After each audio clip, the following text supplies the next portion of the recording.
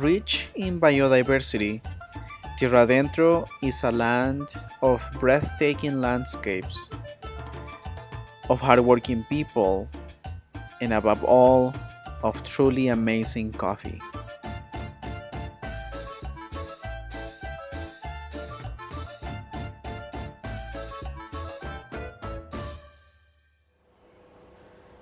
It's Friday, May 4th, and today I am here in Minneapolis. I'm gonna be departing for Colombia in a couple hours at 7. So follow me along as I travel down south and reach Colombia tomorrow early in the morning.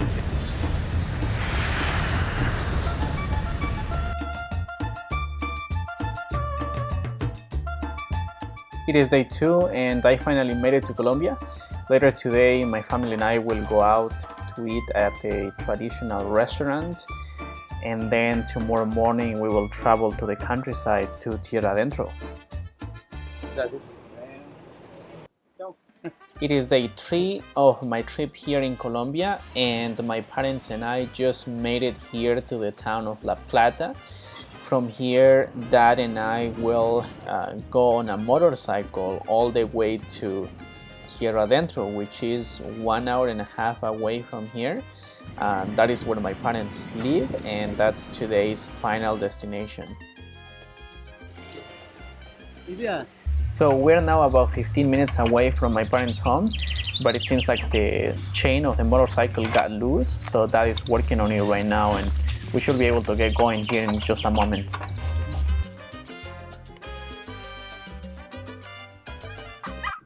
Muffins.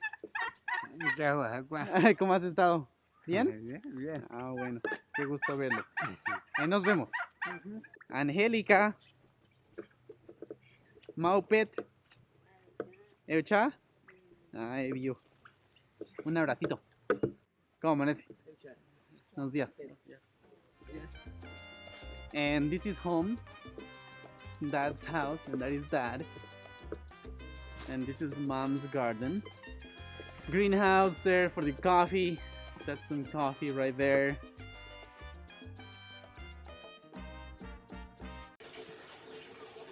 Okay, good morning. This is my 4th day down here in Colombia. Today is a beautiful day. It's rather a little bit wet. It's a little bit rainy. You can see over there the clouds, and we're at top of the Andes mountains of Colombia. Again, this is my parents' house. This is Dad's little greenhouse. This is where he dries his coffee. He doesn't really have much coffee nowadays, so what he has over here is actually quite little. This is I don't know, maybe just a few kilograms, a few pounds. It's not really that much coffee. But yeah, this is how he dries it, and this is how most people over here dries it. As you can see over here again, there is a lot of clouds. There is a lot of rain in this region, so you have to protect your coffee by putting some kind of plastic on top of your coffee. Otherwise, it's just gonna be wet all the time. And the other reason is because when again, this is a greenhouse, so when it's sunny, it heats up inside quite hot, really hot. So when it's a sunny week, you can have your coffee dried in about 4 or 5 days. It depends. Otherwise, it will take about a week and a half or 2. This right here, what you can see here, is the Andes of Colombia. This is the central mountain chain, and we are also atop of the same mountain chain. We cannot see it here, but the end of this mountain that we are right now is up there. That's the end of this particular side of the mountain, very far up there. So we are leaving for Popayan. That's the closest city to where we live right now. It is a 4-hour ride by motorcycle, so I'm here fully suited, ready for the adventure. So here we go. So before we make it to Popayan today, we will pass by the town of Insa. Insa is important because about 70% of the coffee grown in the Tierradentro region is traded right there, and then from there it is taken all the way to Popayan through extremely treacherous roads, which are the same roads that we're going to be traveling on a little bit later today. aquí. ¿No que sé que tengo que bajar con esto? ¿Me caí ya? No, pues ya bastó por encima otra aquí. Para no echar unas alcantarillas altas.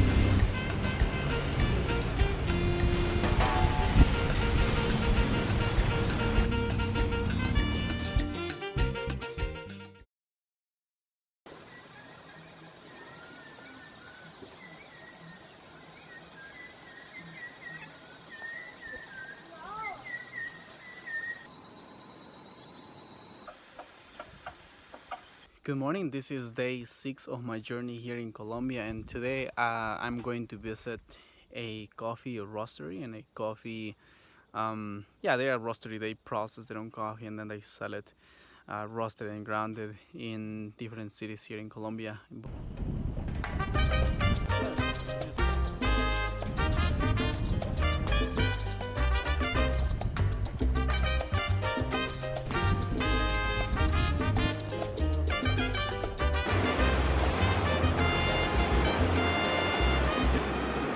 The coffee roastery that we are visiting today is called Café Pilamo, and it is located about 10 minutes away from the town of Belalcázar.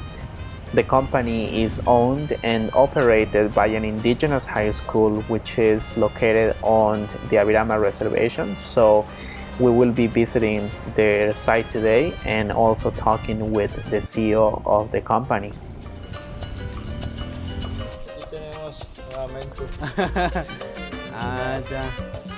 After we arrived at Café Pilamu, Jaime, the CEO of the company, showed us a few samples of the coffee that they produce. He also showed us his facilities and all of the industrial equipment that they had. And the reason why we visited Café Pilamu was because we are expanding operations in Colombia for the Colombian Coffee Connection, and at the moment we do not have our own roasting equipment, so we wanted to outsource production with them.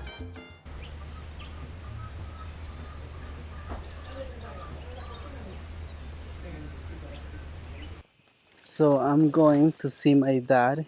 He is working right now picking up coffee in one of his coffee fields. All of this around these coffee fields, and this is Dad's horse. That's the one that carries the coffee from here all the way to our house, which is about an hour north of here up the hill. These are very old coffee trees. This coffee over here is one of the best coffees in the world because the coffee plants, this one's over here, this one for example, it's been there at least 20 to 30 years, and so the coffee is very, very smooth, just like wine. The older the vine, the better the quality of the grapes, and the same thing goes for coffee. This is from our varietal. It's a very ancient varietal. In Colombia it's called the common coffee, but it is very close to the geisha varietal. This is Dad's coffee. We're finally here in his farm. All this area here, all of that is his coffee. So one thing here that I wanted to show you is that the coffee inside has a honey coating. This is honey, you can see it is quite moist. That is honey, and this is what we need to remove from the coffee through the fermentation process. If we do not remove it, the coffee has a different quality, a different taste. People do still drink it. It's called honey coffee, but it's much different from the specialty coffee that we bring with the Colombian Coffee Connection from here from Colombia to America. Yeah, that's how it looks inside. It's just two beans surrounded in honey. The honey is very sweet, and that is what gives the flavor to the coffee when that honey gets inside of the bean, and when it gets roasted, it produces the delicious, flavorful, and aromatic coffee that we know. We're going to go a little bit down, see where that is right now. Okay, so we are here at one of Dad's coffee fields, and I wanted to show you this because this is very important. In here, Dad has all sorts of crops. We have here the coffee. These are very young little beans, and we have the 100% fully ripe bean over here. Very nice and ripe beans. More over there.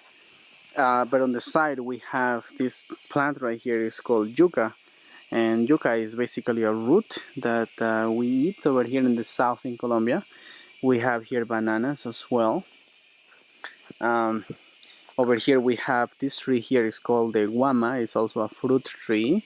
And over here we have a kind of cedar which is used for shade. People who know about coffee will know that shade is very important for the quality of coffee because of many reasons, but one of them is because it provides the plenty of organic material for the coffee as fertilizer, but also because it shades the coffee from ripening too fast, and because of that the coffee takes a little bit longer to ripen, and quality of the coffee is much better. The longer the coffee stays on the tree, the better the quality of the cup. And that is because the honey has more time to get infused into the coffee bean, and so when it gets roasted it produces a much beautiful flavor, a better aroma, and different things like that. And here we have a very big tree. This is called the cachingo in Colombia. In Spanish I have no idea what the name is in English, but this is a huge tree. This right now it doesn't have leaves. It is the season when it is without leaves, but when it has the leaves it produces a lot of shade, and it's quite beautiful as well. Over here we have some orange. We have an orange tree over here. So I have said this many times, but the coffee plants right here, they absorb nutrients, they absorb aromas and flavors from plants that are nearby. So many times people taste in their coffee cups, they taste, stone fruit, they taste citrus, they taste panela or caramel, and all of that comes from here, from the fact that Colombian farmers have their coffee here and the fruits here, the fruit trees right here, right next to the coffee plants. And even over here we have some other plants, some other trees. We have here some papaya. This is a very young little papaya tree. Here we have some pineapple bushes. This is a bigger one. It's almost going to start producing pineapple sometime, probably in about a year or so, and so on. So let's see what else we can find. Here we have another fruit tree. This is a different kind of fruit tree. This is called zapote, and this produces a very large, almost like the size of a big avocado fruit, and it's yellow inside and very sweet, very delicious.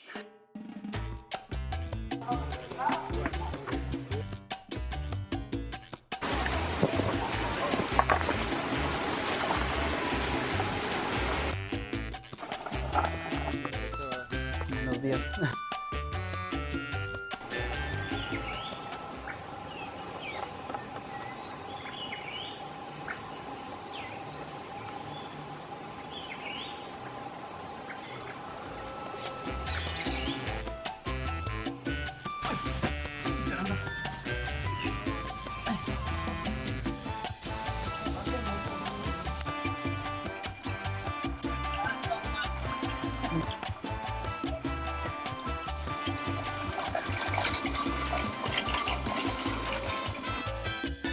This machine separates the coffee beans and the pulp. The pulp then gets transferred through here and collected in these bags, and then it is used for fertilizer. After this machine separates the pulp and the beans are collected in this plastic container and then stored in there for about 16 to 20 hours to let it ferment. After it gets well fermented, the mucilage is washed away from the beans, and the beans are then separated and put to dry under the sun.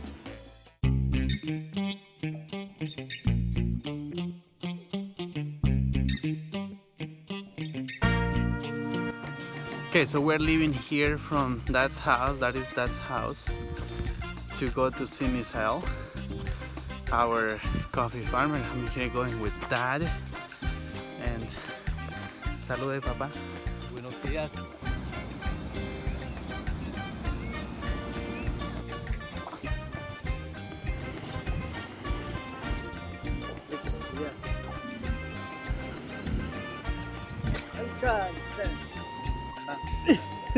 No. Tengo que bajar.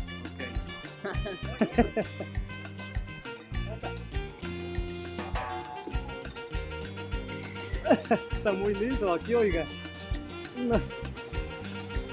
Very slippery little patch of the road, so I had to get down the motorcycle, and then now Dad is doing it by himself. Try one more time. Okay, so we are en route to Misael's house, and right now we are here pretty much on the side of the cliff. I'm filming from my phone as well because this is really scary actually. There is a cliff down here that goes all the way to the river. It's at least 2 miles down, and at the moment we're at around 6,500 feet above the sea level. That's pretty high up in the mountain. And yeah, this is the area from which the Colombian Coffee Connection comes from. It's very high up in the mountains. And yeah, the road to get to America is rather treacherous, as you can see right now. We're gonna keep going now. We still have about half an hour to keep going, so let's go. I was saying that this is a very treacherous road, so you can see it's down the hill. So if a car were to get off the road, it will end up down at the bottom where the little houses are at. So yeah, again, very treacherous. You can see over there everything is just hills and cliffs. Yeah, I just wanted to show you a little bit of that, and we're gonna keep going over there. It's gonna be higher up in the mountain. This is pretty much the top of the mountain, and we are headed right now to that little village over there that you can see over there. And then from that little village over there, we're gonna walk down the mountain and up all the way to where the houses are down on this, a little bit further south where the clouds are. Okay, this is really bad. I had to get down this bike.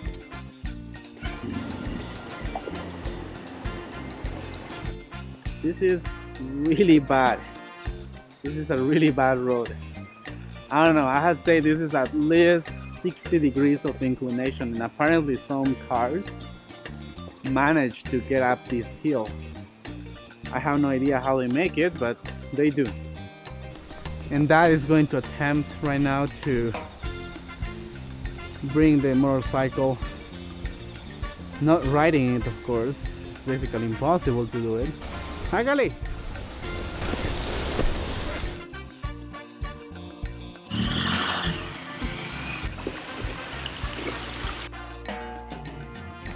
Alright, time to start walking. This is the town of, well, no town, more like the little village of San Vicente. My grandma was born in here and she grew up in here, very high up in the mountains. So these are native kids. These are indigenous kids. Eucha, Maupet. Okay, so we have to get down this hill all the way to the stream and up there to those houses and go further south about a mile down that way, and that's our final destination. That's where Misael Coffee comes from, and this is exactly the same path that they use to bring the coffee, Colombian Coffee Connection. It comes straight through these paths that we're walking right now. Extremely treacherous, even hiking. I cannot imagine how it will be when you are on a horse, or when it's rainy. It's gotta be really, really bad.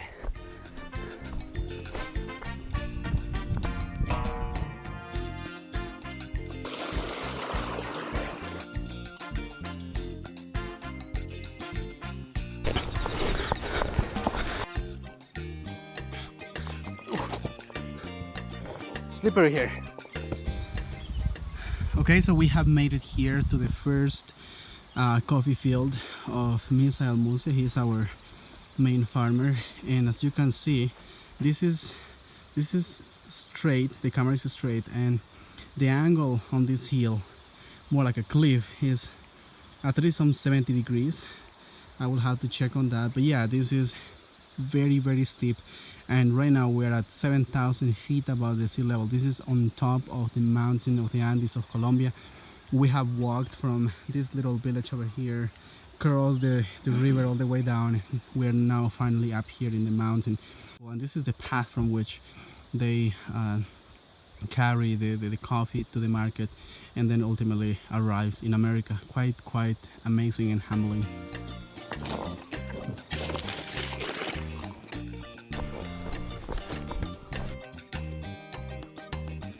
Check this out. This is some serious horrible path.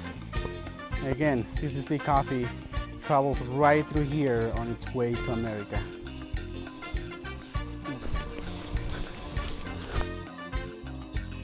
So all of that is coffee fields down there. Ocha.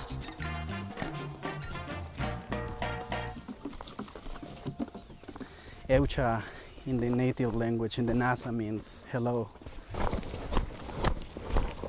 This is a muddy path.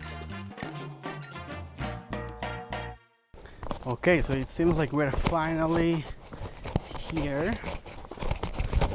This is probably Misael's horse. That's the horse that carries the coffee all the way to the town of Togoima, where it is then transferred to the car, and then eventually ends up in America. And this is Misael's home right there, and this is Misael's little place where he processes his coffee. Eucha, Mopet, and this is Misael right here. And this is Misael's home. Welcome in here. Buenos días. Buenos días. Mucho gusto verlo otra vez. Eucha, Mopet. We brought a gift here for Misael. I brought him a coffee maker. This is a French press, and I also brought him a coffee grinder for him.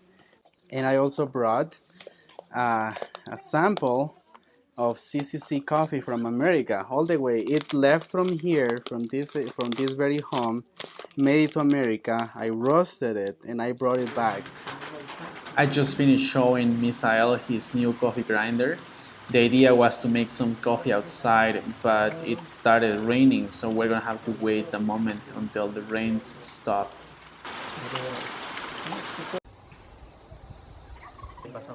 Okay, so we're here at Misael Muse's home, and this is Luz, his wife, and we're going to be trying today his own coffee. This coffee went from this farm out here in the background all the way to America, made it back here to the house where it originated, and they have never had coffee before made with a French press. That is the coffee maker that I brought. This is already grounded. It's a really good coffee. Vamos a olerlo otra vez. And we're gonna go ahead and put it here. Entonces usted lo hace para que aprenda.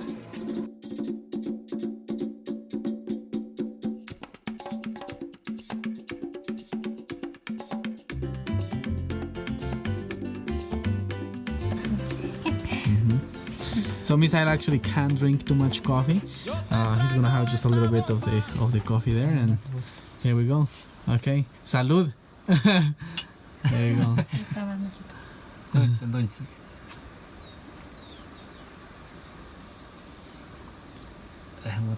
¿Cómo quedó ese?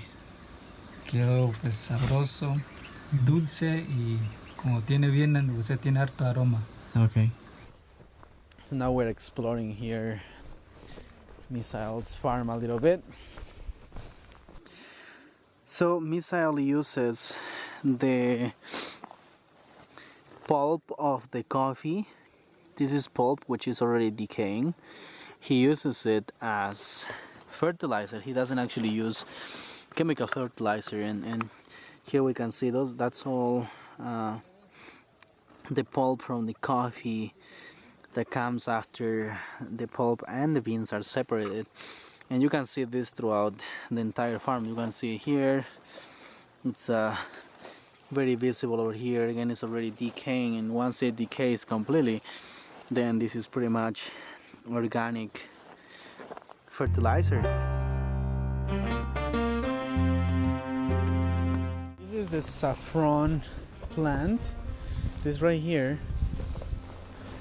It's a beautiful, beautiful little plant, and the roots are what you use as coloring and as flavoring. So Misael also has, along with his coffee, he's got a green onion little field. He makes about $500 out of this little field. It's actually not that big, and that is what they do over here to make a living. You know, you plant different crops in the same land. So we have the coffee there on the side, we have the onions here, we got these big trees over here. These are called guamas, and this is basically a fruit tree. Quite delicious, quite delicious. It almost looks like tamarind, by the way. It's almost like tamarind, only that it's white inside and very sweet. And again, these are the cliffs here. Quite unbelievable. Right here, look at this. This is a cliff. If you fall down from here, you will end up in the river.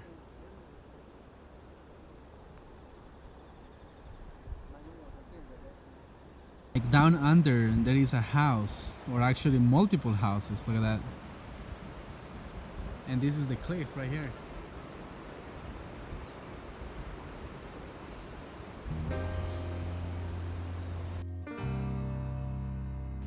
Okay, so here we have some guama. Let's see how it tastes and how it looks. This Misael here getting some guama for us. So this is the guama. It's a fruit, sweet and delicious, and you open it like that, and this is how it looks inside. It's white. It's white, and basically you take off this white part. Is very creamy, very sweet, and very delicious. This is the seed. You throw it away. It's organic. Let's get some more.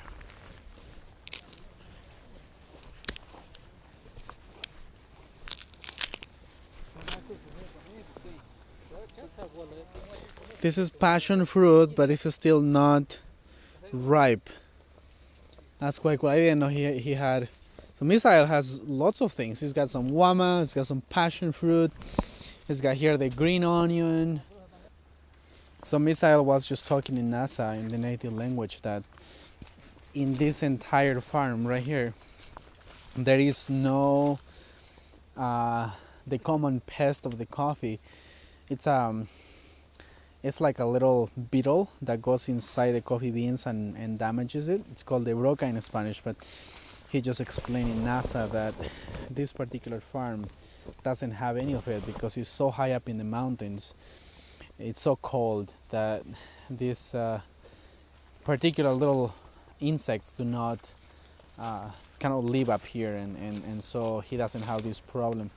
It's one of the biggest problems coffee wise.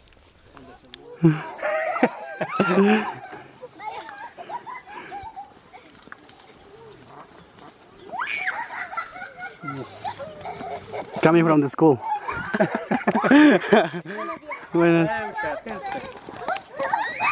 Coming from the school and going home.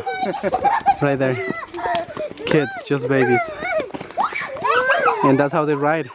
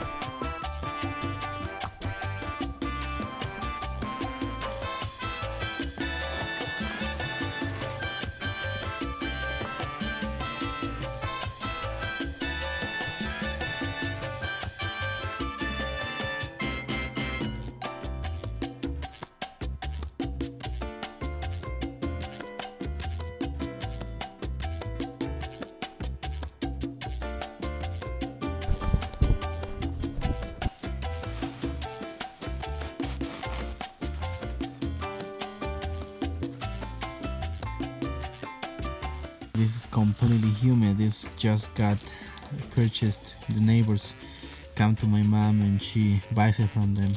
This is just a little bit, like 8 pounds or so. So it's very little amount. Usually they will come here with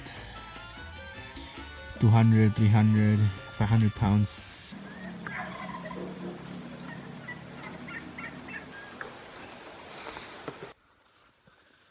It's day 10 of my visit here to Colombia. I am leaving here from my family's, from my parents' home. It's back there. And I am going to visit a farmer. His name is Dilmer Muchicon, and he has a batch of specialty coffee. I did the humidity test a couple of days ago and it was at 15% of humidity. That is a little too high, so he needs to dry it a little bit more. That's my parents' house right here, down there.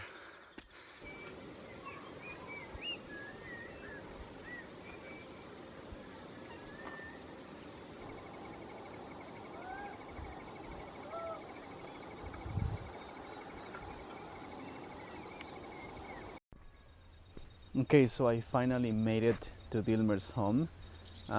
It's not over there, but over there what we can see is his farm.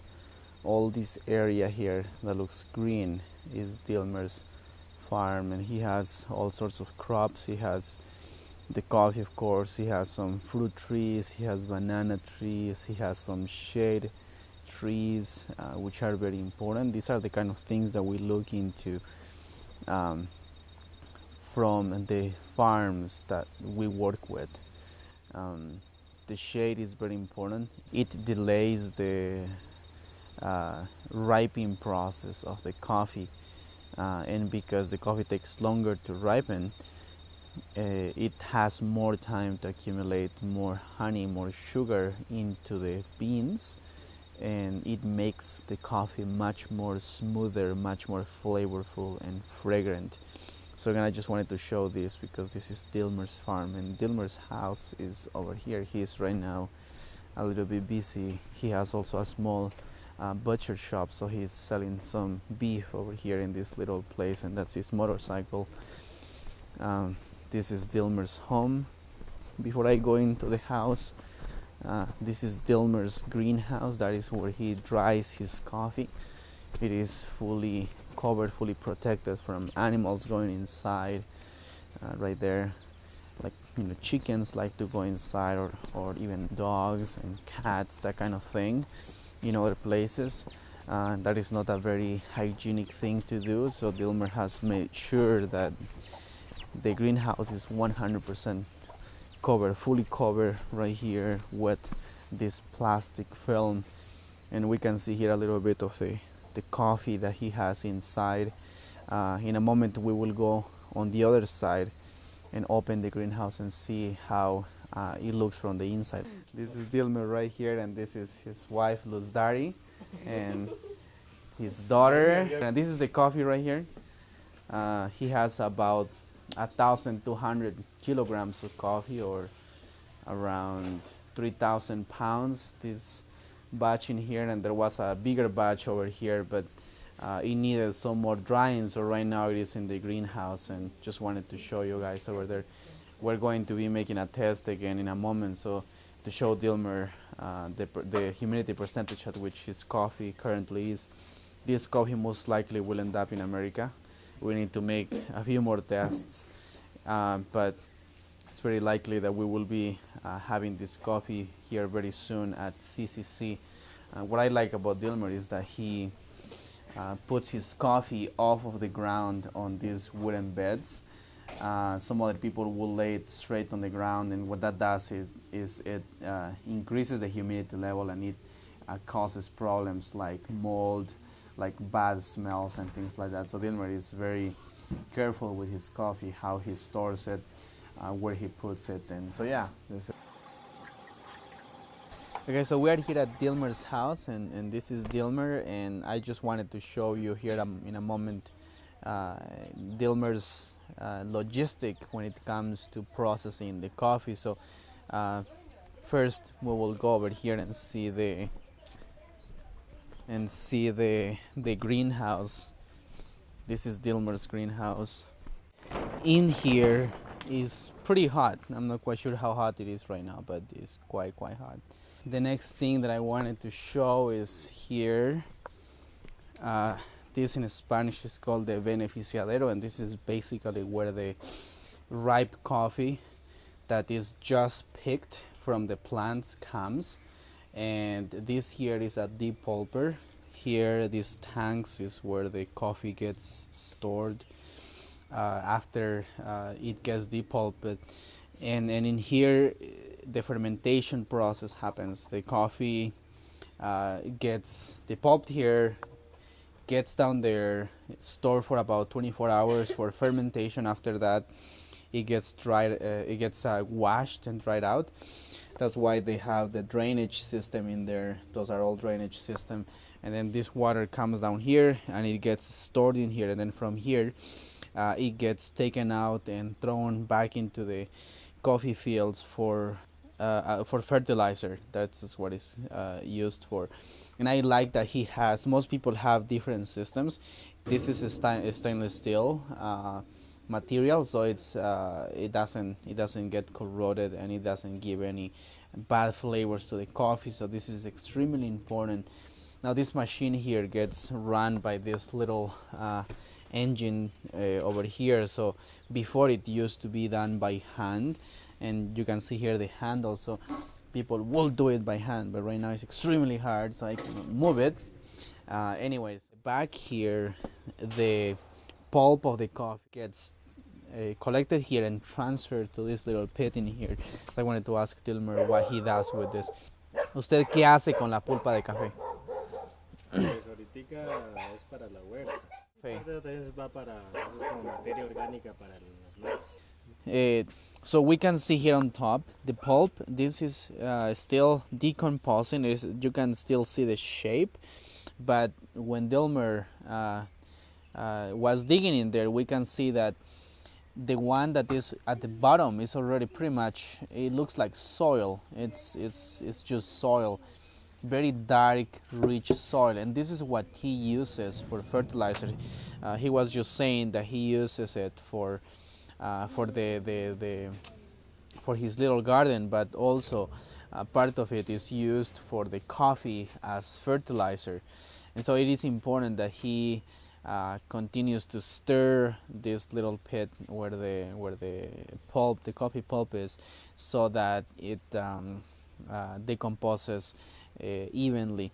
So here we can also see this white area. This is ash that he brings out from his fireplace, and basically what he says is that this ash has a very high content of calcium, which enriches the organic matter. So everything that we can see in here is organic, and it will decompose and it will go back to the plants, and it will provide nutrients to the plants. This is very important for us again here at the Colombian Coffee Connection, because what we want is a clean coffee. We want to provide a coffee that you can enjoy, and that the consumer, they are not consuming chemicals, as in when it comes with chemical fertilizers or with chemical pesticides, herbicides, and all that kind of thing. So now we're gonna go see here a little bit of the coffee plants that he has, and see what he's got. So in here we can see different plants at different stages, different age. Some of them are older, some of them are younger. These ones over here are younger plants, these ones over here are older plants. And what we can see in here, this is a much old. ¿Cuántos años tiene esta planta más o menos? Por ahí unos 7, 8? 7, 8 años tiene la mata. Okay, so this plant here is about 8 years old. Usually the farmers, what they do is that they cut them down, and they will let the new shoots grow and become new plants. And the reason why they do this is because at this age the plants don't really produce that much coffee. However, what the Colombian Coffee Federation has found is that the plants, just like vines, the older the plant, the better the quality of the coffee. So Dilmer here has these very old plants, and this is where he collected the last batch of coffee that we saw earlier inside. And so I am very curious to see what the quality of coffee will be after the capping process is done. So again, these are the batch that he has is from plants that are about 8 years old in age. So it should be a very good coffee. Over here at the ground level, we can also see here one last thing, and that is that the weeding process is done manually. He doesn't use chemical pesticides or herbicides to kill the weeds.